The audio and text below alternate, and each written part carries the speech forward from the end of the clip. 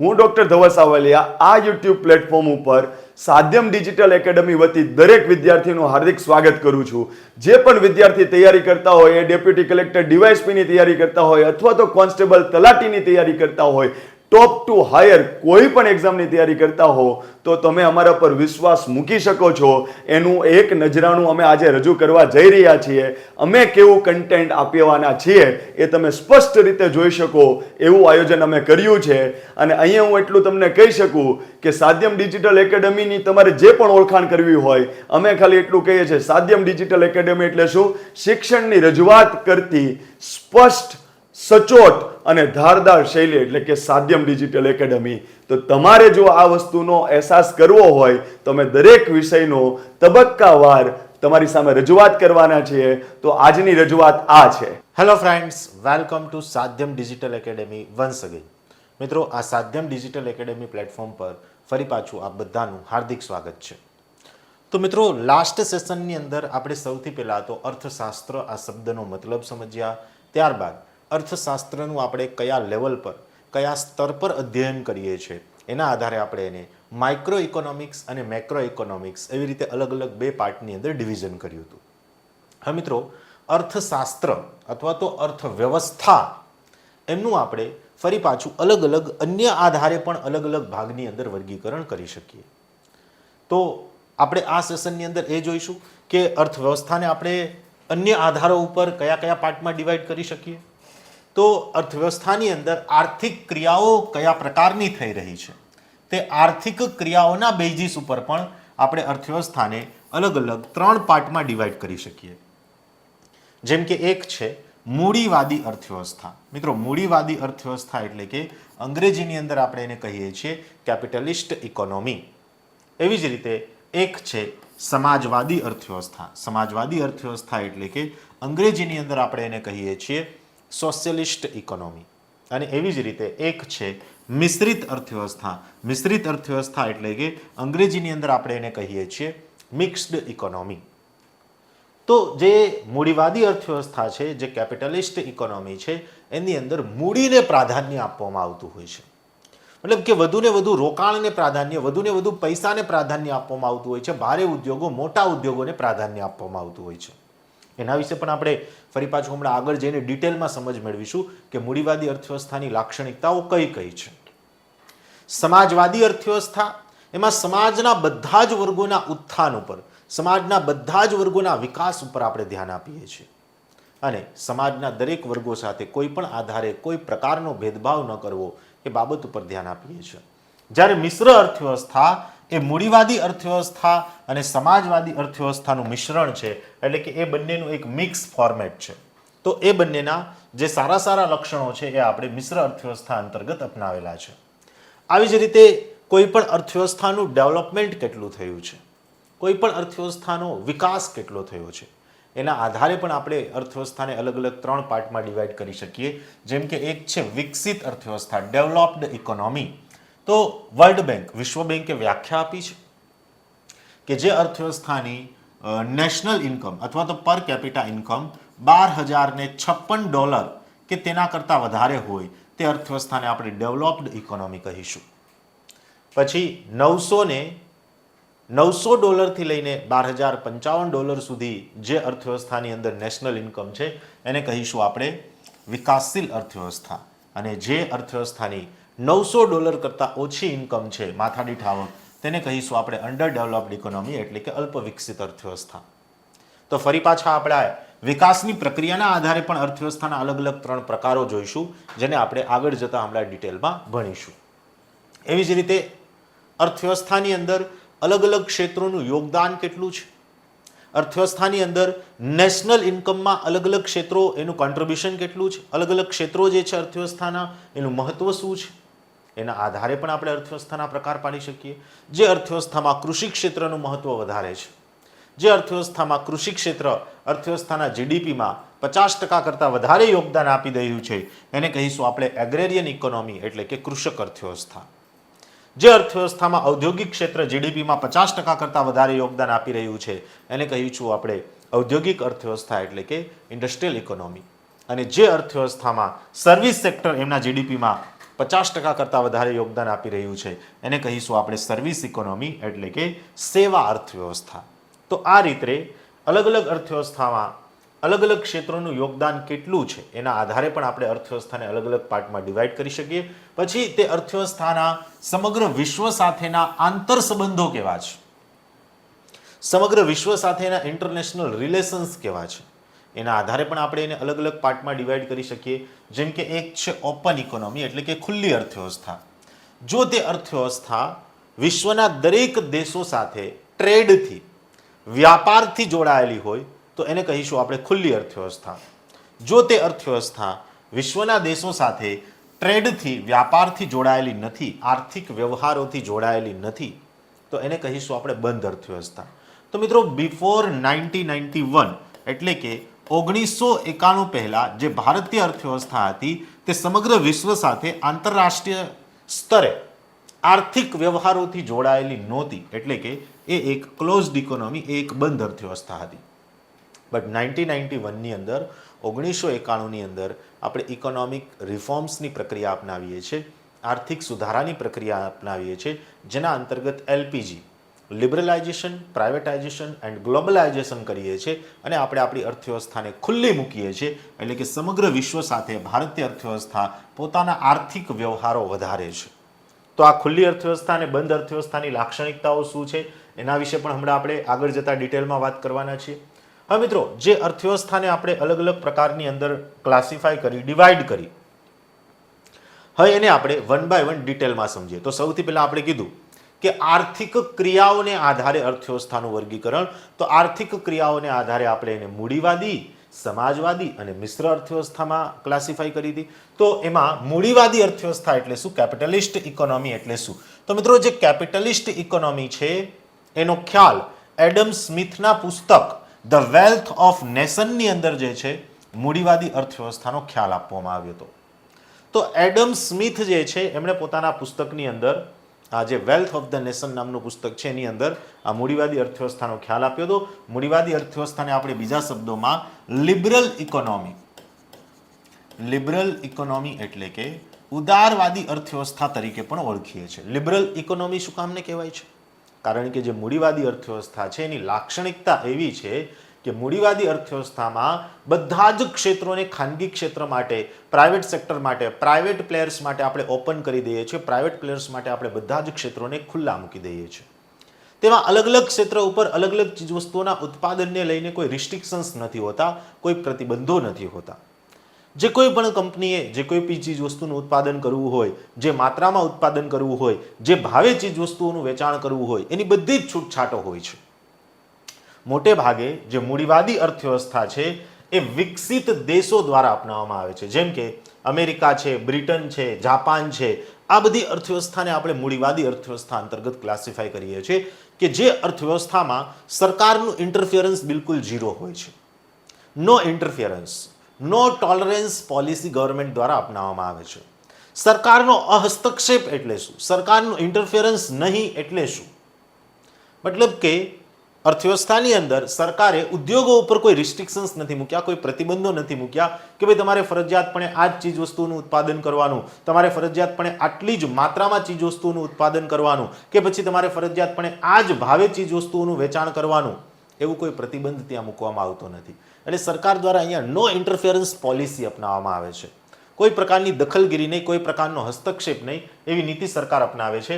અને એટલા માટે જ જો અહીંયા કહ્યું છે કે મૂડી અર્થવ્યવસ્થા એ એડમ સ્મિથ દ્વારા આપેલો એક સિદ્ધાંત, અહસ્તક્ષેપનો સિદ્ધાંત, કે જેને આપણે લેટિન ભાષામાં લેઇસીઝ ફેર પ્રિન્સિપલ એવું કહીએ છીએ. લેઇસીઝ ફેર પ્રિન્સિપલ ઉપર કાર્ય કરે છે કે જેમાં સરકારનું બજાર ઉપર લઘુત્તમ નિયંત્રણ હોય છે, મિનિમમ કંટ્રોલ હોય છે, કે જેથી કરીને સંસાધનોનો મુક્ત પ્રવાહ થાય, રિસોર્સિસ જે છે એનો ફ્રી ફ્લો થાય, રિસોર્સિસ જે છે ફ્રીલી વહન કર્યા કરે. આ અર્થવ્યવસ્થામાં રોકાણ, ઉત્પાદનના સાધનો, પેદાશોનું વિતરણ અને નાણાંના વિનિમય ઉપર મુખ્યત્વે ખાનગી ક્ષેત્રનું નિયંત્રણ હોય છે. તેમજ તમામ આર્થિક કાર્યો એ મહત્તમ લાભ મેળવવાના હેતુથી થાય છે અને બજારની શક્તિઓની પ્રતિસ્પર્ધા જ બજારના સ્વરૂપનું નિર્ધારણ કરે છે. જે કોઈ પણ કંપનીઓ વધુ સારી ક્વોલિટીની પ્રોડક્ટ પ્રોડ્યુસ કરે છે, સસ્તા ભાવે પ્રોડક્ટ આપે છે, એટલે કે સારું અને સસ્તું જે ઉત્પાદન કરશે તે કંપનીઓની પ્રોડક્ટ વધુ વેચાશે. અહીંયા સરકાર દ્વારા કોઈ કોટા રાજ, લાયસન્સ રાજની નીતિ લાગુ કરવામાં નથી આવતી કે ભાઈ આ ક્ષેત્રની અંદર ફક્ત સરકાર જ ઉદ્યોગો ખોલી શકે, ખાનગી ક્ષેત્રને એન્ટ્રી નહીં, એવું નહીં. ખાનગી ક્ષેત્ર દરેકે દરેક ક્ષેત્રની અંદર ઉદ્યોગો શરૂ કરી શકે, કોઈ પણ પોતાની ઈચ્છા મુજબની ચીજ વસ્તુઓનું ઉત્પાદન કરી શકે, કોઈ પણ ક્વોલિટીનું ઉત્પાદન કરી શકે અને ફરી પાછી એ ઉત્પાદિત ચીજ વસ્તુઓને પોતાની ઈચ્છા પડે એ ભાવે એ ચીજ વસ્તુઓનું વેચાણ પણ કરી શકે. અહીંયા સરકાર બિલકુલ ઉદાર વલણ દર્શાવે છે. બજાર ઉપર સરકારનો હસ્તક્ષેપ નથી હોતો. બજારની અંદર અલગ અલગ કંપનીઓ વચ્ચે સ્પર્ધા થતી હોય છે અને એ હેલ્ધી કોમ્પિટિશનના કારણે ગ્રાહકોને ચીજવસ્તુઓ ખરીદવામાં સરળતા રહે છે, કારણ કે અહીંયા ગ્રાહકોને સસ્તા ભાવે સારી ચીજવસ્તુઓ માટે ઘણા બધા ઓપ્શન અવેલેબલ થાય છે. તો મેં તમને કહ્યું કે મૂડીવાદી અર્થવ્યવસ્થા ધરાવતા દેશો એ મોટે ભાગે ડેવલપ્ડ ઇકોનોમી છે, એ મોટા ભાગે વિકસિત દેશો છે. જેમ કે સંયુક્ત રાજ્ય અમેરિકા એટલે કે યુનાઇટેડ સ્ટેટ્સ ઓફ અમેરિકા, યુએસએની અર્થવ્યવસ્થા, બ્રિટનની અર્થવ્યવસ્થા, જાપાનની અર્થવ્યવસ્થા, આ બધી અર્થવ્યવસ્થાઓ જે છે એ મૂડીવાદી અર્થવ્યવસ્થા ધરાવતા દેશો છે. એ બધા કેપિટલિસ્ટ ઇકોનોમી ધરાવતા દેશો છે એવું આપણે એને કહી શકીએ. પછી રોલ ઓફ ધ ગવર્મેન્ટ, સરકારની ભૂમિકાના આધારે વર્ગીકરણમાં બીજા નંબરનું વર્ગીકરણ જોઈએ તો જો મૂડીવાદી અર્થવ્યવસ્થામાં આપણે શું જોયું કે એમાં સરકારનું વર્ગીકરણ બિલકુલ 0 હોય છે. તો સમાજવાદી અથવા તો રાજ્ય અર્થવ્યવસ્થા, જોજો આને આપણે અલગ અલગ બે નામ આપી શકીએ, રાજ્ય અર્થવ્યવસ્થા અથવા તો સમાજવાદી અર્થવ્યવસ્થા. જ્યાં રાજ્ય અર્થવ્યવસ્થા એટલે કે અંગ્રેજીની અંદર આપણે એને કહીએ છીએ સ્ટેટ ઇકોનોમી. અને મિત્રો સ્ટેટ ઇકોનોમી એટલે કે જે અર્થવ્યવસ્થાની અંદર રાજ્યનો ઇન્ટરફેરન્સ વધારે હોય. સ્ટેટ એટલે કે રાજ્ય એટલે કે સરકાર. જે અર્થવ્યવસ્થાની અંદર સરકારનું રેગ્યુલેશન, સરકારના પ્રતિબંધો વધારે હોય તે અર્થવ્યવસ્થાને કહીશું આપણે રાજ્ય અર્થવ્યવસ્થા અથવા તો સમાજવાદી અર્થવ્યવસ્થા. તો રાજ્ય અર્થવ્યવસ્થાનો સિદ્ધાંત જે છે એ જર્મન ફિલોસોફર, જર્મન દાર્શનિક કાર્લ માર્ક્સ દ્વારા આપવામાં આવ્યો હતો. યાદ રાખજો, જે મૂડીવાદી અર્થવ્યવસ્થા છે તે મૂડીવાદી અર્થવ્યવસ્થાનો સિદ્ધાંત મૂડીવાદી અર્થવ્યવસ્થાનો સિદ્ધાંત જે છે એ એડમ સ્મિથ દ્વારા આપવામાં આવ્યો હતો અને જે રાજ્ય અર્થવ્યવસ્થા અથવા તો સમાજવાદી અર્થવ્યવસ્થા છે એમનો સિદ્ધાંત કાર્લ માર્ક્સ દ્વારા આપવામાં આવ્યો હતો. મિત્રો આ એ જ કાર્લ માર્ક્સ છે કે જે કાર્લ માર્ક્સની સમાજવાદી વિચારધારાના અમુક તત્વોને આપણે ભારતીય સંવિધાનના આમુખમાં સામેલ કર્યા છે. તો જર્મન ફિલોસોફર કાર્લ માર્ક્સના સિદ્ધાંતને આધારે જે છે આ રાજ્ય અર્થવ્યવસ્થાનો ઉદ્ભવ થયો છે એવું માની શકાય, જે એક વ્યવસ્થા તરીકે સૌપ્રથમ વર્ષ 1917ની વોલ્સેવિક ક્રાંતિ પછી સોવિયત સંઘ એટલે કે સોવિયત યુનિયનમાં જોવા મળી, જેનું આદર્શ સ્વરૂપ 1949ની અંદર ચીનમાં સામે આવ્યું. સમાજવાદી અર્થવ્યવસ્થા અથવા તો રાજ્ય અર્થવ્યવસ્થા સૌપ્રથમ કયા દેશે અપનાવી? જો આવો પ્રશ્ન આપણને પૂછાય તો યાદ રાખજો કે રાજ્ય અર્થવ્યવસ્થા સૌપ્રથમ વખત રશિયા દ્વારા અપનાવવામાં આવી હતી, પરંતુ રાજ્ય અર્થવ્યવસ્થાનું જે આદર્શ સ્વરૂપ છે, જે ચરમ સીમા પરનું એક્સટેન્સિવ ફોર્મ છે એ આપણને 1949ની અંદર ચીનમાં જોવા મળ્યું હતું એવું આપણે કહી શકીએ. રાજ્ય અર્થવ્યવસ્થા જે છે એ એમનું ચરમ સીમા પરનું એક્સટેન્સિવ સ્વરૂપ ચીનમાં જોવા મળ્યું હતું 1949માં. આવી અર્થવ્યવસ્થા જે છે રાજ્ય અર્થવ્યવસ્થા, એને આપણે સામાન્ય રીતે સેન્ટ્રલાઇઝ્ડ પ્લાન્ડ ઇકોનોમી એવું કહી શકીએ, એટલે કે કેન્દ્રીયકૃત આયોજિત અર્થવ્યવસ્થા. કેન્દ્રીયકૃત આયોજિત અર્થવ્યવસ્થા એટલે શું? કેન્દ્રીયકૃત આયોજિત અર્થવ્યવસ્થા, સેન્ટ્રલાઇઝ્ડ પ્લાન્ડ ઇકોનોમી એટલે કે એ અર્થવ્યવસ્થાની અંદર દરેકે દરેક ક્ષેત્રનું આયોજન જે છે એ સરકાર દ્વારા થતું હોય છે. દરેક ક્ષેત્રોની અંદર સરકારનું ઇન્ટરફિયરન્સ, સરકારની દખલગીરી હોય છે. ખાસ કરીને લોક કલ્યાણના ક્ષેત્રો જે છે, જેમ કે ખાદ્યાન્ન ક્ષેત્ર છે, અનાજ ક્ષેત્ર છે, શિક્ષણ ક્ષેત્ર છે, સ્વાસ્થ્ય ક્ષેત્ર છે, ત્યાં સરકાર હંમેશા ગરીબોના હિત માટે, સમાજના કલ્યાણ માટે કાર્ય કરે છે. રાજ્ય અર્થવ્યવસ્થાના કેન્દ્રમાં સમાજનું કલ્યાણ હોય છે, લોકોનું કલ્યાણ હોય છે. મૂડીવાદી અર્થવ્યવસ્થાના કેન્દ્રમાં કંપનીનો વધુને વધુ નફો હોય છે. આ મેઇન ફર્ક છે કેપિટલિસ્ટ ઇકોનોમી અને સ્ટેટ ઇકોનોમી વચ્ચેનો, મૂડીવાદી અર્થવ્યવસ્થા અને રાજ્ય અથવા તો સમાજવાદી અર્થવ્યવસ્થા વિશેનો. તો અહીંયા ઉત્પાદનના જે સંસાધનો છે, શ્રમ છે, મૂડી છે, એ બધાનો ઉપયોગ સરકાર એવી રીતે પ્લાનિંગ કરીને એને ઉપયોગમાં મૂકે છે કે આ બધું જ સંસાધનો, શ્રમ, મૂડી વગેરે લોકોના કલ્યાણ માટે, દેશના વિકાસ માટે, લોકોના વિકાસ માટે હેલ્પફુલ થાય. હવે જે રાજ્ય અર્થવ્યવસ્થા છે એમાં પણ અલગ અલગ બે પ્રકારના ટાઈપ્સ જોવા મળે છે, બે શૈલી જોવા મળે છે. એક સંપૂર્ણ સમાજવાદી અર્થવ્યવસ્થા અને એક સામ્યવાદી રાજ્ય અર્થવ્યવસ્થા. એટલે કે સોશિયલિસ્ટ ઇકોનોમી અને બીજું છે કમ્યુનિસ્ટ ઇકોનોમી. હવે આ સોશિયલિસ્ટ ઇકોનોમી એટલે શું, કમ્યુનિસ્ટ ઇકોનોમી એટલે શું અને એની વચ્ચેનો ફરક શું છે? તો મિત્રો, જે સોશિયલિસ્ટ ઇકોનોમી છે એમાં સંપૂર્ણપણે રાજ્યનું ઇન્ટરફિયરન્સ નથી હોતું, સંપૂર્ણપણે સરકાર અર્થવ્યવસ્થામાં ઇન્વોલ્વ નથી હોતી. સરકાર માત્ર અર્થવ્યવસ્થાને રેગ્યુલેટ કરતી હોય છે. કે ફોર એક્ઝામ્પલ, કોઈ ખાદ્યાન્ન છે, ઘઉં છે, બાજરો છે, ચણા છે, ચોખા છે, તો આ બધી ચીજ વસ્તુઓનું કેટલી માત્રામાં ઉત્પાદન કરવું, કયા ભાવે આપણે આ ચીજ વસ્તુઓનું વેચાણ કરવું, તે બધું સરકાર દ્વારા નક્કી કરવામાં આવે. આ બધી જ વસ્તુઓ સરકાર દ્વારા રેગ્યુલેટ કરવામાં આવે.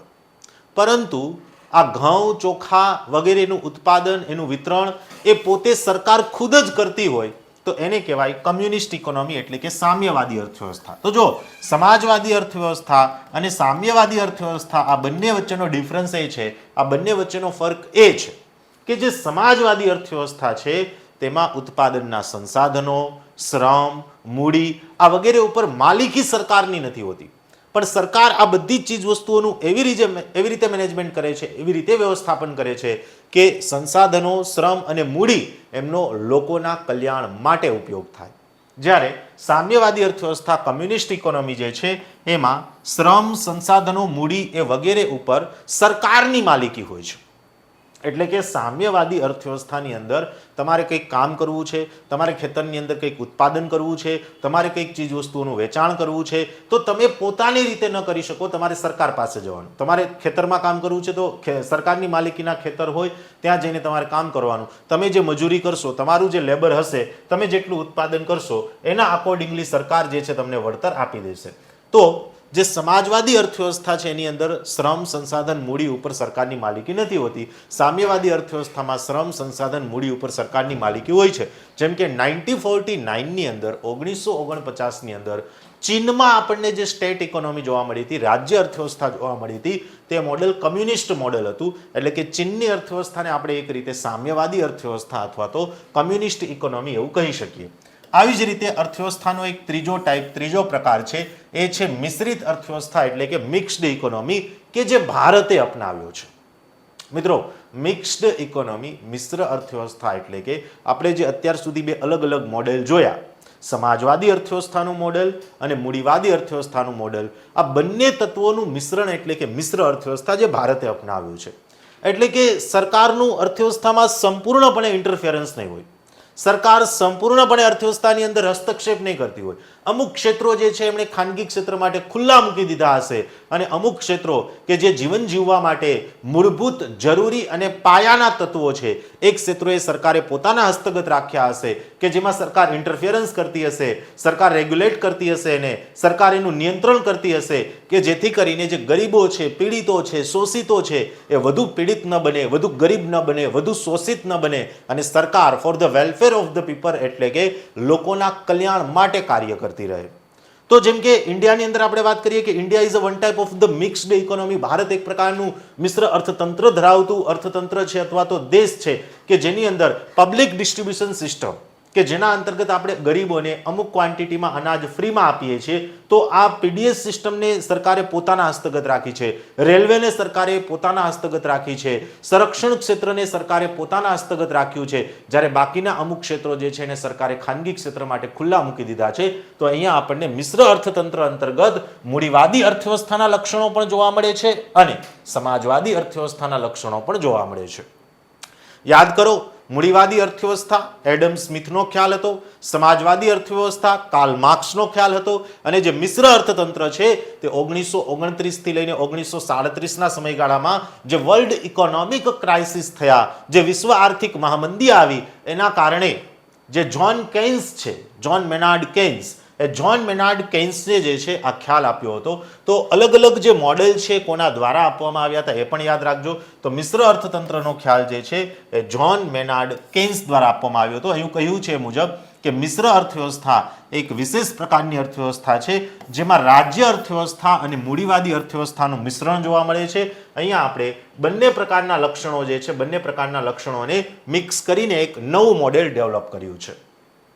મિશ્ર અર્થવ્યવસ્થામાં જાહેર ક્ષેત્ર અને ખાનગી ક્ષેત્ર એમ બંનેની ઉપલબ્ધિ હોય છે. બંને પરસ્પર રીતે એકબીજાને સહયોગ કરે છે અને બંનેના સહયોગ દ્વારા જે છે સમગ્ર અર્થતંત્ર ચાલતું હોય છે. મિશ્ર અર્થવ્યવસ્થાના અમુક આધારભૂત અને મહત્વના ક્ષેત્રોની આર્થિક ગતિવિધિઓની જવાબદારી સરકારની હોય છે અને બાકીની આર્થિક ગતિવિધિઓ જે છે એ બજાર ઉપર એટલે કે ખાનગી સેક્ટર ઉપર છોડી દેવામાં આવે છે. જેમ કે luxurious item, production of the car. તો ભારતની અંદર કારનું પ્રોડક્શન, ફોર વ્હીલનું પ્રોડક્શન સરકાર હસ્તગત નથી, સરકાર એને રેગ્યુલેટ પણ નથી કરતી. લક્ઝરી આઇટમ છે, જીવન જીવવા માટે જરૂરી અને મૂળભૂત આઇટમ નથી, મૂળભૂત વસ્તુ નથી. તો કાર જે છે એનું અલગ અલગ કંપનીઓ ખાનગી ક્ષેત્રની અંદર પોતાની ઈચ્છા પડે એ ક્વોન્ટિટીમાં, એ ક્વોલિટીમાં, એ ભાવે, એ મુજબ ઉત્પાદન પણ કરી શકે ને એ મુજબ વેચાણ પણ કરી શકે. તો અમુક ક્ષેત્ર અહીંયા આપણે ખાનગી ક્ષેત્ર માટે ખુલ્લા મૂકી દીધા અને અમુક ક્ષેત્ર જે છે સરકારે પોતાના હસ્તગત રાખ્યા છે. ચલો, એ બધું બરાબર છે. તો મિક્સ્ડ ઇકોનોમીના એક્ઝામ્પલ કયા કયા છે? મેં તમને એક એક્ઝામ્પલ તો આપી જ દીધું કે India is an mixed economy. Bharat જે છે એક મિશ્ર અર્થતંત્ર ધરાવતો દેશ છે. સાથે સાથે મલેશિયા છે, ઇન્ડોનેશિયા છે, આ બધા જે છે એ મિશ્ર અર્થતંત્રના બેસ્ટ એક્ઝામ્પલ છે. મિશ્ર અર્થતંત્રની અંદર ફક્ત ને ફક્ત લોકોનું કલ્યાણ એવો હેતુ નથી હોતો. મિશ્ર અર્થતંત્રમાં ફક્ત ને ફક્ત નફો કમાવવો એવો હેતુ પણ નથી હોતો. મિશ્ર અર્થતંત્રની અંદર નફો પણ કમાવવો અને લોકોનું કલ્યાણ પણ કરવું, આ બંને પ્રકારના હેતુઓ હોય છે. એટલે કે આ અર્થવ્યવસ્થામાં આર્થિક નિર્ણય સામાજિક કલ્યાણ અને લોકોને મહત્તમ લાભ થાય તે હેતુને ધ્યાનમાં રાખીને, તે ઉદ્દેશ્યને ધ્યાનમાં રાખીને જે છે આ અર્થવ્યવસ્થા અંતર્ગત નિર્ણય લેવામાં આવતો હોય છે. હા મિત્રો, કોઈ દેશનો અથવા તો કોઈ અર્થવ્યવસ્થાનો વિકાસ કેટલો થયો છે તે વિકાસની પ્રક્રિયાના આધારે પણ આપણે અર્થવ્યવસ્થાને અલગ અલગ પાર્ટની અંદર ડિવાઈડ કરી શકીએ. તો એક છે વિકસિત અર્થવ્યવસ્થા. વિકસિત અર્થવ્યવસ્થા એટલે કે અંગ્રેજીમાં આપણે એને કહીએ છીએ ડેવલપ્ડ ઇકોનોમી. તો મિત્રો, આના માટે વર્લ્ડ બેંક એટલે કે વિશ્વ બેંકે એમની પર કેપિટા ઇન્કમ અથવા તો નેશનલ ઇન્કમની એક રેન્જ નક્કી કરી છે. જો રેન્જ શું છે, અહીંયા આપણને કહ્યું છે મુજબ કે વિશ્વ બેંક મુજબ એવી અર્થવ્યવસ્થાઓ કે જે અર્થવ્યવસ્થામાં કુલ માથાદીઠ રાષ્ટ્રીય આવક $12,056 કે તેના કરતાં વધારે હોય તો તે દેશ અથવા તો તે અર્થવ્યવસ્થાને આપણે ડેવલપ્ડ ઇકોનોમી એટલે કે વિકસિત અર્થવ્યવસ્થા કહી શકીએ. વિકસિત અર્થવ્યવસ્થા મતલબ કે તે અર્થવ્યવસ્થામાં વિકાસની પ્રક્રિયા ઓલરેડી પરિપૂર્ણ થઈ ચૂકી છે, જે ખાસ કરીને લોકોની જીવન જરૂરિયાતના જે ક્ષેત્રો છે જેવા કે રોટી, કપડાં, મકાન, શિક્ષણ, સ્વાસ્થ્ય સુવિધા, પરિવહન સુવિધા, આ બધી જ સુવિધાઓ તે દેશની અંદર દરેક લોકોને પ્રાપ્ત થઈ ચૂકી છે. તે દેશની અંદર ગરીબીનું સ્તર ખૂબ જ નીચું છે. તે દેશની અંદર સાક્ષરતાનું સ્તર ખૂબ જ વધારે છે. તે દેશની અંદર સ્વાસ્થ્ય સુવિધાઓનો યોગ્ય રીતે વિકાસ થઈ ચૂક્યો છે. એ દેશોને આપણે કહીશું વિકસિત અર્થવ્યવસ્થા એટલે કે ડેવલપ્ડ ઇકોનોમી. તો મોટા ભાગે જે ડેવલપ્ડ ઇકોનોમી છે, જે વિકસિત અર્થવ્યવસ્થાઓ છે, તે વિકસિત અર્થવ્યવસ્થાઓમાં મૂડીવાદી મોડેલ અપનાવવામાં આવે છે. મૂડીવાદી મોડેલ એટલે કે કેપિટલિસ્ટ ઇકોનોમી વાળું મોડેલ કે જે હમણાં આપણે સમજી ગયા, કે જેની અંદર અર્થવ્યવસ્થાના બધા જ ક્ષેત્રોને ખુલ્લા મૂકી દેવામાં આવ્યા છે, જ્યાં સરકારનું લિબરલ વલણ છે. સરકાર જે છે ઉદાર વલણ દાખવી રહી છે. એટલે કે સરકારનું રેગ્યુલેશન, સરકારનું નિયંત્રણ, જે સરકારના પ્રતિબંધો છે એ ખૂબ જ ઓછા હોય છે. તો આ અર્થવ્યવસ્થાની અંદર ઉચ્ચ જીવન ધોરણ, વૈજ્ઞાનિક પ્રગતિ અને ટેકનિકલ પ્રગતિનું ઉચ્ચ સ્તર રાષ્ટ્રીય આવકમાં પ્રાથમિક ક્ષેત્રની સરખામણીમાં જે દ્વિતીયક અને તૃતીયક ક્ષેત્ર છે એટલે કે જે સેકન્ડરી અને ટર્શરી ક્ષેત્ર છે તે ટર્શરી સેક્ટરનો ફાળો વધારે હોય છે. સર્વિસ સેક્ટરનું યોગદાન વધારે હોય છે. કૃષિ ક્ષેત્ર, ઔદ્યોગિક ક્ષેત્ર, તેના ઉપર નિર્ભર લોકોની સંખ્યા ઓછી હોય છે. ત્યાં ઓછા શ્રમ પર વધુ આવક મેળવી શકાય એવું ક્ષેત્ર એટલે કે સર્વિસ સેક્ટર જે છે એ સર્વિસ સેક્ટરને અહીંયા વધારે પ્રાધાન્ય આપવામાં આવતું હોય છે. આ દેશો ઔદ્યોગિક રીતે સમૃદ્ધ હોય છે, જેમ કે અમેરિકા છે, જર્મની છે, જાપાન છે, પછી બ્રિટન છે. આ બધા જે દેશો છે એને આપણે વિકસિત અર્થવ્યવસ્થા અંતર્ગત મૂકી શકીએ. જો અહીં આપણને એક્ઝામ્પલ આપ્યા જ છે, સંયુક્ત રાજ્ય અમેરિકા, બ્રિટન, જાપાન, જર્મની, આ બધા દેશો જે છે એ વિકસિત અર્થવ્યવસ્થાના ઉદાહરણો છે કે જે દેશની અંદર રાષ્ટ્રીય માથાદીઠ આવક એ $12,056 કે તેના કરતાં વધારે છે. યાદ રાખજો, આ આંકડો ડોલરમાં છે, રૂપિયામાં નથી. નહીં તો તમને એવું થશે કે સાહેબ આપણે તો ભારતની એક વિકસિત અર્થવ્યવસ્થા ન કહી શકીએ, પણ આંકડો ડોલરમાં છે. જો એ ડોલરવાળા આંકડાને તમે રૂપીઝમાં કન્વર્ટ કરો ને તો એ કંઈક આવું થાય, 12,056 એને ગુણ્યા 80 કરો એટલે લગભગ 10 લાખનો આંકડો પહોંચે. તો ભારતની અંદર જો દરેક વ્યક્તિ રાષ્ટ્રીય ધોરણે વાર્ષિક ધોરણે રાષ્ટ્રીય સ્તરે 10 લાખ રૂપિયા કે તેના કરતાં વધારે કમાતો થઈ જાય ને ત્યારે આપણે ઇન્ડિયન ઇકોનોમી, ભારતીય અર્થવ્યવસ્થા જે છે એને ડેવલપ્ડ ઇકોનોમી એટલે કે વિકસિત અર્થવ્યવસ્થા કહી શકીએ. આવી જ રીતે છે ડેવલપિંગ ઇકોનોમી. ડેવલપિંગ ઇકોનોમી એટલે કે વિકાસશીલ અર્થવ્યવસ્થા કે જ્યાં વિકાસની પ્રક્રિયા શરૂ થઈ ચૂકી છે અને વિકાસની પ્રક્રિયા ઇન પ્રોગ્રેસ છે. હજુ વિકાસની પ્રક્રિયા પરિપૂર્ણ થઈ નથી. તો ભારતીય અર્થવ્યવસ્થાને આપણે એક ડેવલપિંગ ઇકોનોમી કહી શકીએ. શા માટે? કારણ કે ભારતની અંદર આપણે વિકાસની પ્રક્રિયા શરૂ કરી દીધી છે જે ઇન પ્રોગ્રેસ છે, પ્રક્રિયામાં છે. હજુ વિકાસની પ્રક્રિયા પરિપૂર્ણ થઈ નથી. તો વર્લ્ડ બેંકની ડેફિનેશન મુજબ, વિશ્વ બેંકે આપેલી વ્યાખ્યા મુજબ વિકાસશીલ અર્થવ્યવસ્થાને આપણે અલગ અલગ ફરી પાછા બે પેટા વિભાગો, અલગ અલગ બે પેટા શ્રેણીઓમાં ડિવાઈડ કરી શકીએ. અને વર્લ્ડ બેંકનું આ વર્ગીકરણ જે છે એ બે પેટા વર્ગીકરણ કંઈક આ રીતનું છે કે એક ઓછી મધ્યમ આવક વર્ગ ધરાવતી વિકાસશીલ અર્થવ્યવસ્થા અને એક ઉચ્ચ મધ્યમ આવક ધરાવતી જે છે એ વિકાસશીલ અર્થવ્યવસ્થા. ઓછી મધ્યમ આવક ધરાવતી વિકાસશીલ અર્થવ્યવસ્થા એટલે કે જેને આપણે અંગ્રેજીમાં lower middle income group economy એવું કહીએ છીએ, અને higher middle income group economy. તો ભારત જે છે એ higher middle income group economy અંતર્ગત આવે છે, ઉચ્ચ મધ્યમ આવક ધરાવતી વિકાસશીલ અર્થવ્યવસ્થા. અને વિશ્વ બેંકે આપેલી વ્યાખ્યા મુજબ જે અર્થતંત્રની કુલ રાષ્ટ્રીય માથાદીઠ આવક $996 થી લઈને $3,895 સુધીની છે તેને આપણે નિમ્ન મધ્યમ આવક ધરાવતી અર્થવ્યવસ્થા કહીશું. અને જે અર્થવ્યવસ્થાની માથાદીઠ આવક $3,896 થી લઈને $12,055 સુધીની છે તેને આપણે ઉચ્ચ મધ્યમ આવક ધરાવતી અર્થવ્યવસ્થા કહીશું. એટલે જો હવે આપણું આખું ક્લાસિફિકેશન જે છે એ કંઈક આ રીતે બની શકે. જો આપણે એને અલગથી એક બ્લેન્ક સ્લાઇડમાં દર્શાવીએ તો કંઈક આ રીતે આપણું ક્લાસિફિકેશન બનશે. એક છે ગ્રેટર ધેન $12,056 એટલે કે $12,056 કરતાં વધુ આવક ધરાવતી અર્થવ્યવસ્થા. એક છે $996 થી અહીં આપણને રેન્જ આપી છે મુજબ $3,895 સુધીની માથાદીઠ આવક ધરાવતી અર્થવ્યવસ્થા. એક છે $3,895 થી $12,055 ની આવક ધરાવતી અર્થવ્યવસ્થા. એક છે $995 કરતાં ઓછી આવક ધરાવતી અર્થવ્યવસ્થા.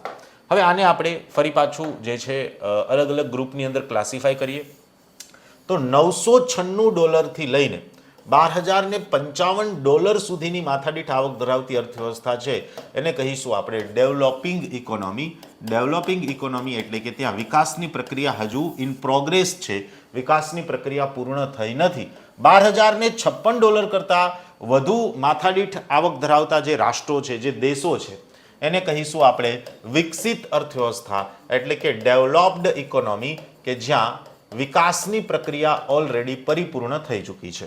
અને લેસ ધેન $995 એટલે કે $995 કરતાં ઓછી રાષ્ટ્રીય માથાદીઠ આવક ધરાવતા જે દેશો છે કે જ્યાં વિકાસની પ્રક્રિયા હજુ શરૂ જ નથી થઈ, અલ્પ વિકસિત દેશો છે, ત્યાં વિકાસ બિલકુલ હજી પહોંચ્યો જ નથી, એને કહીશું આપણે અલ્પ વિકસિત દેશો. ચલો એ બરાબર છે. હવે જે આ વિકાસશીલ દેશો છે એના અંતર્ગત આપણે કયા કયા દેશોને ડિવાઈડ કરી શકીએ તો કે ભાઈ ભારત, ચીન, બ્રાઝિલ અને દક્ષિણ આફ્રિકાના જે દેશો છે તે દેશોને આપણે અહીંયા વિકાસશીલ અર્થવ્યવસ્થા એટલે કે ડેવલપિંગ ઇકોનોમી અંતર્ગત ડિવાઈડ કરી શકીએ. આવી જ રીતે અંડર ડેવલપ્ડ ઇકોનોમી, તો હમણાં આપણે વાત કરી, ચર્ચા કરી એ મુજબ કે જે દેશોની અંદર રાષ્ટ્રીય માથાદીઠ આવક $995 કે તેના કરતાં ઓછી છે તેને કહેવાશે અલ્પ વિકસિત અર્થવ્યવસ્થા. અલ્પ વિકસિત અર્થવ્યવસ્થા એટલે કે અંડર ડેવલપ્ડ ઇકોનોમી. આ જે અલ્પ વિકસિત અર્થવ્યવસ્થા છે તેમાં ત્રણેય પ્રકારના સંસાધનો. કયા ત્રણેય પ્રકારના સંસાધનો?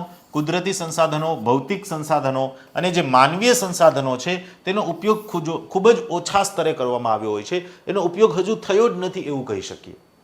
મતલબ કે ત્યાં ટેકનોલોજીનું પણ ડેવલપમેન્ટ નથી થયું, હ્યુમન રિસોર્સ ડેવલપમેન્ટ પણ નથી થયું, લોકોને 3 સમયનું ભોજન પણ ઉપલબ્ધ નથી, રોટી કપડાં અને મકાન પણ ઉપલબ્ધ નથી, રહેવા માટે દરેક લોકોને મકાન નથી મળતું, શિક્ષણનું સ્તર ખૂબ જ ઓછું છે, અભણતા અજ્ઞાનતાનું લેવલ ખૂબ જ વધારે છે, સ્વાસ્થ્ય સુવિધાઓ ઉપલબ્ધ નથી થતી. આ બધી લાક્ષણિકતાઓ એ અલ્પ વિકસિત અર્થવ્યવસ્થા અથવા તો અનડેવલપ્ડ ઇકોનોમીની કેરેક્ટરિસ્ટિક્સ છે. તો આ પ્રકારના દેશો અંતર્ગત આપણે કયા કયા એક્ઝામ્પલ મૂકી શકીએ? તો કે ભાઈ સોમાલિયા છે, નાઇજર છે, ચાડ છે, કે જે બધા સાઉથ આફ્રિકા કન્ટિનેન્ટ, જે દક્ષિણ આફ્રિકા ખંડ છે, તે દક્ષિણ આફ્રિકાના જે કંઈ બી દેશો છે એ બધા દેશોને આપણે અનડેવલપ્ડ ઇકોનોમી અથવા તો અંડર ડેવલપ્ડ ઇકોનોમી એટલે કે અલ્પ વિકસિત અર્થવ્યવસ્થા અંતર્ગત મૂકી શકીએ. આવી જ રીતે અર્થવ્યવસ્થાની અંદર અલગ અલગ ક્ષેત્રનું જીડીપીમાં યોગદાન કેટલું છે, અલગ અલગ ક્ષેત્રનું નેશનલ ઇન્કમમાં કેટલું યોગદાન છે, તેના આધારે પણ આપણે એને અલગ અલગ 3 ટાઈપની અંદર ડિવાઈડ કરી શકીએ. એક છે મિત્રો એગ્રેરિયન ઇકોનોમી એટલે કે કૃષક અર્થવ્યવસ્થા. તો જો કોઈ અર્થવ્યવસ્થાના કુલ ઉત્પાદનમાં એટલે કે નેશનલ ઇન્કમની અંદર, ગ્રોસ ડોમેસ્ટિક પ્રોડક્ટ જીડીપીની અંદર જો કોઈ ક્ષેત્રનું યોગદાન 50% કે તેના કરતાં વધારે, 50% કે તેના કરતાં વધારે જો એમનું યોગદાન છે અને લોકોની આજીવિકા માટે કૃષિ અને તેને સંબંધિત ક્ષેત્ર પર પણ તેવી જ નિર્ભરતા હોય તો તેને કહીશું આપણે એગ્રેરિયન ઇકોનોમી એટલે કે કૃષક અર્થવ્યવસ્થા. When the India got independence, જ્યારે ભારત આઝાદ થયો, જ્યારે ભારતને સ્વતંત્રતા મળી હતી, ત્યારે મિત્રો ભારતની અંદર કૃષિ ક્ષેત્રનું મહત્વ ખૂબ જ વધારે હતું. કારણ કે ભારતનું કૃષિ ક્ષેત્ર એ ભારતીય અર્થવ્યવસ્થામાં નેશનલ ઇન્કમની અંદર 50% કરતાં પણ વધારે યોગદાન આપી રહ્યું હતું.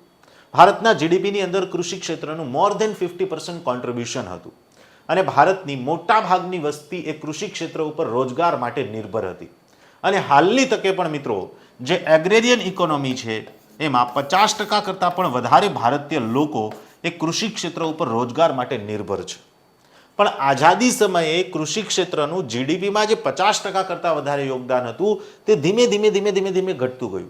કારણ કે આપણે ઔદ્યોગિક ક્ષેત્ર અને સર્વિસ ક્ષેત્ર ઉપર ફોકસ કરતા ગયા. એટલે હાલની તકે એગ્રીકલ્ચર સેક્ટરનું ઇન્ડિયન ઇકોનોમીમાં જીડીપી અંતર્ગત અથવા તો નેશનલ ઇન્કમ અંતર્ગત લગભગ 17% જેટલું યોગદાન છે. તો જે ઇકોનોમીની અંદર એગ્રીકલ્ચર સેક્ટરનું જીડીપીમાં 50% કરતાં વધારે યોગદાન હોય અને જે ઇકોનોમીની અંદર એગ્રીકલ્ચર સેક્ટર 50% કરતાં વધારે રોજગાર આપી રહ્યું હોય તે ઇકોનોમીને આપણે એગ્રેરિયન ઇકોનોમી અથવા તો કૃષક અર્થવ્યવસ્થા એવું કહી શકીએ. જો એ જ વસ્તુ અહીંયા કહી છે આપણને કે આઝાદી સમય એટલે કે ઇન ધ યર 1947 ભારત એક કૃષક અર્થવ્યવસ્થા હતું, પરંતુ આજે ભારતની કુલ રાષ્ટ્રીય આવકમાં કૃષક ક્ષેત્ર અથવા તો એગ્રીકલ્ચર સેક્ટરનું યોગદાન જે છે એ ઘટીને 17% જેટલું થઈ ગયું છે. એટલે કે 17% જેટલું નેશનલ ઇન્કમની અંદર એમનું યોગદાન છે.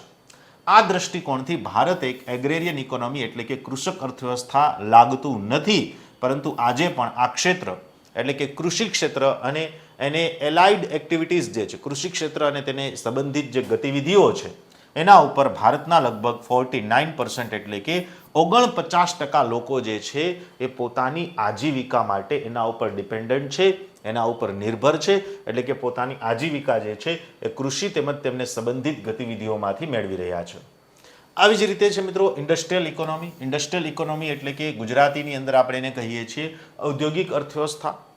તો જો કોઈ અર્થવ્યવસ્થાની અંદર કુલ ઉત્પાદન અથવા તો નેશનલ ઇન્કમની અંદર અથવા તો જીડીપીની અંદર ઇન્ડસ્ટ્રીયલ સેક્ટર એટલે કે ઔદ્યોગિક ક્ષેત્રનો ફાળો 50% કે તેના કરતાં વધારે હોય તો લોકો પોતાની આજીવિકા માટે ઔદ્યોગિક ક્ષેત્ર અથવા તો તેને સંબંધિત ક્ષેત્ર ઉપર ડિપેન્ડન્ટ છે એવું કહી શકીએ. અને આ જે અર્થવ્યવસ્થા છે એને આપણે ઇન્ડસ્ટ્રીયલ ઇકોનોમી અથવા તો ઔદ્યોગિક અર્થવ્યવસ્થા એવું નામ આપી શકીએ. અને ઔદ્યોગિક અર્થવ્યવસ્થા તરીકે ચીન જે છે ઇન્ડસ્ટ્રીયલ ઇકોનોમીનું ધ બેસ્ટ એક્ઝામ્પલ છે એવું કહી શકાય. મતલબ કે જો કોઈ અર્થવ્યવસ્થાની અંદર, જો કોઈ દેશની અંદર તે દેશના લોકો એ મોટે ભાગે ઔદ્યોગિક ક્ષેત્ર ઉપર પોતાના રોજગાર માટે નિર્ભર હોય અને તે દેશની નેશનલ ઇન્કમની અંદર, તે દેશની રાષ્ટ્રીય આવકની અંદર ઇન્ડસ્ટ્રીયલ સેક્ટરનું વધારે યોગદાન હોય, ઔદ્યોગિક ક્ષેત્રનું યોગદાન વધારે હોય તો એને કહીશું આપણે ઇન્ડસ્ટ્રીયલ ઇકોનોમી એટલે કે ઔદ્યોગિક અર્થવ્યવસ્થા. એવી જ રીતે છે મિત્રો સર્વિસ ઇકોનોમી અથવા તો બીજા શબ્દોની અંદર કહીએ તો સેવા અર્થવ્યવસ્થા. તો જો કોઈ અર્થવ્યવસ્થાના કુલ ઉત્પાદનમાં, કુલ જીડીપીની અંદર ટર્શિયરી સેક્ટર એટલે કે તૃતીયક ક્ષેત્રનું 50% કે તેના કરતાં વધારે યોગદાન હોય તો લોકો પોતાની આજીવિકા માટે, પોતાની લાઇવલીહુડ માટે સર્વિસ અથવા તો તેને સંબંધિત ક્ષેત્રો ઉપર નિર્ભર છે એવું કહી શકાય. અને મોટાભાગના લોકો તેમાં સર્વિસ સેક્ટર ઉપર જ જે છે નિર્ભર હોતા હોય છે. તો એને કહીશું આપણે સર્વિસ ઇકોનોમી એટલે કે સેવાકીય અર્થવ્યવસ્થા. મિત્રો હમણાં જ આપણે આગળ જોયું કે કઈ અર્થવ્યવસ્થા, કઈ ઇકોનોમીની લાક્ષણિકતા એવી છે કે જેમાં મોટા ભાગના લોકો એ પોતાના રોજગાર માટે સર્વિસ ઇકોનોમી ઉપર ડિપેન્ડન્ટ હોય. તો કે ભાઈ જે વિકસિત અર્થવ્યવસ્થાઓ છે, જે કેપિટલિસ્ટ ઇકોનોમી છે, જે મૂડીવાદી અર્થવ્યવસ્થાઓ છે, તે મૂડીવાદી અર્થવ્યવસ્થાની અંદર મોટા ભાગે લોકો એ સર્વિસ સેક્ટર ઉપર જ ડિપેન્ડન્ટ હોય છે, સેવાકીય અર્થવ્યવસ્થા ઉપર જ ડિપેન્ડન્ટ હોય છે. તો એને કહીશું આપણે સેવા અર્થવ્યવસ્થા અથવા તો સર્વિસ ઇકોનોમી. જેમ કે યુએસએ છે, બ્રિટન છે, જાપાન છે, આ બધા દેશો એવા છે કે જે કેપિટલિસ્ટ ઇકોનોમી, ડેવલપ્ડ ઇકોનોમી છે. તો મોટે ભાગે એના અંતર્ગત બધા જ લોકો જે છે એ વ્હાઇટ કોલર જોબવાળા હોય છે. વ્હાઇટ કોલર જોબ એટલે કે સર્વિસ સેક્ટર, ઓફિસમાં બેસીને જે કામ કરવાનું હોય એવા બધા જે છે એ લોકો હોય છે. હવે કોઈ પણ અર્થવ્યવસ્થાના વિશ્વ સાથેના વ્યાપારિક સંબંધો કેવા છે, કોઈ અર્થવ્યવસ્થા વિશ્વના અલગ અલગ દેશો સાથે ટ્રેડથી કઈ રીતે જોડાયેલી છે, વ્યાપારથી કઈ રીતે જોડાયેલી છે, એના આધારે પણ આપણે અર્થવ્યવસ્થાને અલગ અલગ પાર્ટમાં ડિવાઈડ કરી શકીએ. તો એક છે મિત્રો ઓપન ઇકોનોમી. ઓપન ઇકોનોમી એટલે કે ખુલ્લી અર્થવ્યવસ્થા. મતલબ કે જો કોઈ દેશ સમગ્ર વિશ્વ સાથે કે વિશ્વના અલગ અલગ દેશો સાથે વ્યાપારથી જોડાયેલું હોય, જો કોઈ દેશે પોતાની અર્થવ્યવસ્થાને વિશ્વની અલગ અલગ કંપનીઓ માટે ખુલ્લી મૂકી દીધી હોય, જો કોઈ દેશની અંદર વિશ્વની અલગ અલગ કંપનીઓ એ પોતાની બ્રાન્ચીસ ઓપન કરી શકતી હોય તો એને કહેવાય ઓપન ઇકોનોમી. તો આધુનિક વિશ્વની લગભગ બધી જ અર્થવ્યવસ્થાઓ ખુલ્લી અર્થવ્યવસ્થા છે. હાલની તકે વિશ્વના દરેક દેશો એ અન્ય દેશો સાથે કોઈને કોઈ રીતે વ્યાપારથી જોડાયેલા છે. તો વિશ્વના અન્ય દેશો સાથે વસ્તુઓ અને સેવાઓનો વ્યાપાર તેમજ રોકાણ એ સ્વતંત્ર રીતે થઈ રહ્યું હોય તો તેવી અર્થવ્યવસ્થાને આપણે ઓપન ઇકોનોમી એટલે કે ખુલ્લી અર્થવ્યવસ્થા એવું કહીશું. તો મિત્રો બિફોર 1991, 1991 પહેલા એટલે કે ભારતે જ્યારે ઇકોનોમિક રિફોર્મ્સ, આર્થિક સુધારાની પ્રક્રિયા અપનાવી એ પહેલા ભારતીય અર્થવ્યવસ્થા ખુલ્લી અર્થવ્યવસ્થા નહોતી. 1991 પહેલા ભારત એ વિશ્વના દેશો સાથે વ્યાપારથી બહુ ઓછી માત્રામાં જોડાયેલો હતો અને વિદેશી કંપનીઓને પણ ભારત આવીને ભારતમાં પોતાની કંપનીઓ સ્થાપિત કરવાની પરમિશન નહોતી. તો 1991 પહેલા જે ભારતીય અર્થવ્યવસ્થા હતી એ કેવી હતી? એ બિલકુલ ક્લોઝડ ઇકોનોમી હતી, એ બિલકુલ બંધ અર્થવ્યવસ્થા હતી. પરંતુ 1991 પછી આર્થિક સુધારાની પ્રક્રિયાના ભાગરૂપે, ઇકોનોમિક રિફોર્મ્સની પ્રક્રિયાના ભાગરૂપે આપણે આપણી અર્થવ્યવસ્થાને ખુલ્લી મૂકી અને વિશ્વના દરેક દેશોની કંપનીઓને ભારતની અંદર પોતાના ઉદ્યોગ ધંધા સ્થાપિત કરવાની પરમિશન આપવામાં આવી. એટલે 1991 પછી જે ભારતીય અર્થવ્યવસ્થા બની છે એ બિલકુલ ખુલ્લી અર્થવ્યવસ્થા બની ગઈ છે. પણ એ પહેલા અહીંયા કહ્યું છે કે આપણે વિશ્વના અલગ અલગ દેશો સાથે વૈશ્વિક વ્યાપારથી જોડાયેલા નહોતા, એટલા માટે આપણી અર્થવ્યવસ્થા બંધ અર્થવ્યવસ્થા હતી. તો બંધ અર્થવ્યવસ્થાનો કોન્સેપ્ટ એ હાલના સમયમાં કાલ્પનિક બની ગયો છે, કારણ કે હાલના સમયમાં કોઈ દેશ એવો નથી કે જે વિશ્વ સાથે વ્યાપારથી ન જોડાયેલો. કોઈને કોઈ દેશોને વિશ્વના અન્ય દેશોની જરૂરિયાત પડે છે, વિશ્વના અન્ય દેશોમાંથી ચીજવસ્તુઓનું આયાત અને નિકાસ કરવી પડે છે. આથી હાલના સમયમાં બંધ અર્થવ્યવસ્થા એક બિલકુલ ઇમેજનરી કોન્સેપ્ટ છે, બિલકુલ એક કાલ્પનિક વ્યવસ્થા છે. તે અર્થવ્યવસ્થા કે જે વિશ્વના અન્ય દેશો સાથે કોઈ પણ પ્રકારના આર્થિક સંબંધ ધરાવતી ન હોય અને જેમાં ખાનગી ક્ષેત્રની ભૂમિકા બિલકુલ ઝીરો હોય અથવા તો નહિવત હોય તો એને કહીશું આપણે ક્લોઝડ ઇકોનોમી એટલે કે બંધ અર્થવ્યવસ્થા. આ અર્થવ્યવસ્થાની અંદર કેપિટલ ફોર્મેશન બિલકુલ ઝીરો હોય છે, મૂડી નિર્માણ બિલકુલ ઝીરો હોય છે, કારણ કે તે દેશની અંદર જે આર્થિક ગતિવિધિ થઈ રહી છે એટલું જ મૂડી નિર્માણ થશે જે કોન્સ્ટન્ટ રહેશે. એ વિશ્વના અન્ય દેશો સાથે તો વ્યાપારથી જોડાયેલો નથી, તો વિશ્વના દેશોમાંથી તો કોઈ મૂડી આવશે નહીં, તો મૂડી નિર્માણ થશે નહીં. આથી જ હાલની તકે કોઈ દેશ લગભગ બંધ અર્થવ્યવસ્થા નથી. દરેક દેશો જે છે એમણે પોતાની અર્થવ્યવસ્થાને ખુલ્લી બનાવી દીધી છે, એટલે કે એક ઓપન ઇકોનોમી છે. તો જો મિત્રો, આપણે વાત કઈ કરતા હતા, ચર્ચા કઈ કરતા હતા? અર્થવ્યવસ્થાના વર્ગીકરણની ચર્ચા કરતા હતા, જેમાં સૌથી પહેલા તો અર્થવ્યવસ્થાને આપણે એમાં અર્થવ્યવસ્થા કયા પ્રકારે કાર્ય કરી રહી છે એના આધારે, સરકારની ભૂમિકાના આધારે આપણે એને સમાજવાદી અર્થવ્યવસ્થા, મૂડીવાદી અર્થવ્યવસ્થા અને મિશ્ર અર્થવ્યવસ્થામાં ડિવાઈડ કરી. પછી વિકાસની પ્રક્રિયાના આધારે વિકસિત, અલ્પવિકસિત અને વિકાસશીલ અર્થવ્યવસ્થા, અલગ અલગ ક્ષેત્રનું અર્થવ્યવસ્થામાં યોગદાનને આધારે કૃષક અર્થવ્યવસ્થા, ઔદ્યોગિક અર્થવ્યવસ્થા અને સેવાકીય અર્થવ્યવસ્થામાં, અને સૌથી છેલ્લે આપણે જે અર્થવ્યવસ્થાના વિશ્વ સાથેના સંબંધો કેવા છે એના આધારે આપણે એને ખુલ્લી અર્થવ્યવસ્થા અને બંધ અર્થવ્યવસ્થાના અંતર્ગત ક્લાસિફાઈ કરી. તો મિત્રો, અર્થવ્યવસ્થાના આ વર્ગીકરણ ચેપ્ટર અંતર્ગત અહીંયા સુધી જ. ફરી પાછા મળીશું નવા સેશનમાં અને આપણે આ અર્થવ્યવસ્થાનું જે વર્ગીકરણ છે એ અલગ અલગ મોડેલને આધારે આપણે ફરી પાછું અર્થવ્યવસ્થાનું વર્ગીકરણ કરીશું. બટ આ સેશનમાં અહીંયા સુધી જ. Thank you.